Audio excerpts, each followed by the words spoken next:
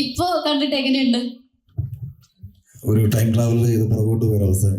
കുട്ടിയും CMH സ്കൂളിലാണ് ഞാൻ പഠിച്ചിട്ടുള്ളത്. അപ്പോൾ അന്ന് 8ാം ക്ലാസ്സിൽ ഈ സിനിമ കാണാൻ വേണ്ടി അന്ന് ബ്ലാക്കിൽ ടിക്കറ്റ് എടുത്താണ് കാണുന്നത്.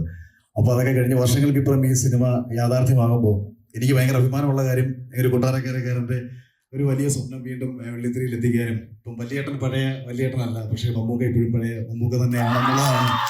നമ്മൾ അടുത്തിടെ കണ്ട സിനിമകളിൽ ഇപ്പോൾ മമ്മൂക്കയുടെ നടക്കാൻ പോകുന്ന ഒരു വലിയ പ്രോജക്റ്റിന്റെ കൂടെ ഒരു ഇൻഡയറക്റ്റ് ഭാഗമാണ്. ഞാൻ കരുതിന്റെ നിർമ്മാതാക്കളുടെ വളരെ അടുത്ത സുഹൃത്താണ്. അപ്പം ചേട്ടാ വൈജോട്ട ഒരുപാട് സന്തോഷം. കാര്യം 1 വർഷം മുമ്പ് ഞാനും ഷായ് സാറെ ഞങ്ങൾ ഒരു മീറ്റിംഗ് ഇരിക്കുന്ന സമയത്ത് വൈജോട്ട ഇങ്ങനെ വിളിച്ചു. അപ്പോൾ ഞാൻ തമാശയ്ക്ക് വെച്ചു, പുതിയ സിനിമയൊന്നും ചെയ്യുന്നില്ലേ? അപ്പോൾ പറഞ്ഞു, ഒരു സിനിമ ചെയ്യുന്നതിനേക്കാളും വലിയൊരു പണിയുടെ പിന്നിലാണ് വല്യേട്ടൻ്റെ റിലീസുമായി ബന്ധപ്പെട്ട് അദ്ദേഹം കഴിഞ്ഞ 1 വർഷക്കാലമായിട്ട് കുറേ ബുദ്ധിമുട്ടുകളിലും ഒക്കെ ആയിരുന്നു. എന്തായാലും അതിമികച്ച രീതിയിൽ തന്നെ മികച്ച ദൃശ്യാനുഭവത്തോടും മികച്ച ശബ്ദാനുഭവത്തോടും കൂടി തന്നെ സിനിമ കാണാൻ പറ്റി. അതിൽ എനിക്ക് ഭയങ്കര സന്തോഷം തോന്നിയത്, നമ്മൾ പലപ്പോഴും സിനിമ കാണണമെങ്കിലും രവിവർമ്മൻ സാറിന്റെ ഒരു മാജിക്.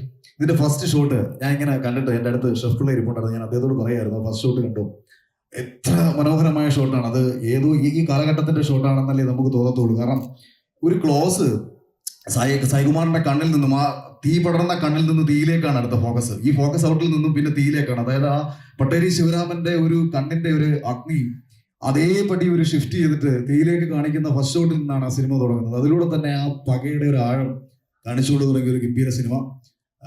സിനിമയെക്കുറിച്ച് ഞാൻ പ്രത്യേകിച്ച് അഭിപ്രായം പറയേണ്ട കാര്യമില്ല. നമ്മളെല്ലാവരും മാനവളം സ്നേഹിച്ച ഒരു സിനിമയാണ്. ഇതിനെ ഈ രീതിയിൽ എത്തിക്കാൻ ശ്രമിച്ച പ്രിയപ്പെട്ട നാട്ടുകാരനും ഞങ്ങളെ സംബന്ധിച്ച് ഞങ്ങളുടെ ഒരു സ്വകാര്യ അഹങ്കാരമാണ് അമ്പലകര ഗ്രൂപ്പ്. അത് ഞാൻ ആദ്യമായിട്ട് അസിസ്റ്റന്റ് ഡയറക്ടറായിട്ട് വർക്ക് ചെയ്തത് അല്ലേട്ടന്മാരുടെ പേരറിയാത്ത സിനിമയിലായിരുന്നു. അതുകൊണ്ട് എനിക്കും ഡയറക്ടർ ആത്മബന്ധമുണ്ട്. അന്ന് എൻ്റെ ഒപ്പം വർക്ക് ചെയ്തിരുന്ന കുറെ പേരെയൊക്കെ കാണാൻ പറ്റി. 10 വർഷങ്ങൾക്ക് ഇപ്പുറം വർക്ക് ചെയ്ത ജയദേവൻ, ഞങ്ങൾ അന്നത്തെ ഷീത്ത് ഉൾപ്പെടെയുള്ളവരൊക്കെ കാണാനൊക്കെ കഴിഞ്ഞതിൽ ഒരുപാട് സന്തോഷം.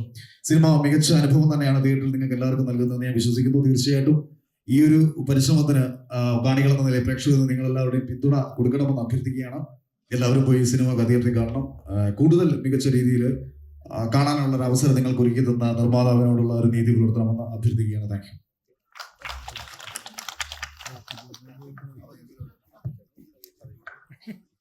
ഈ ഒരു സന്ദർഭത്തിൽ ബൈജുവിൻ്റെ അടുത്ത് ഇത്ര തന്നെ സ്നേഹം പ്രകടിപ്പിക്കാൻ ശ്രമിച്ചാലും മതിയാവില്ല.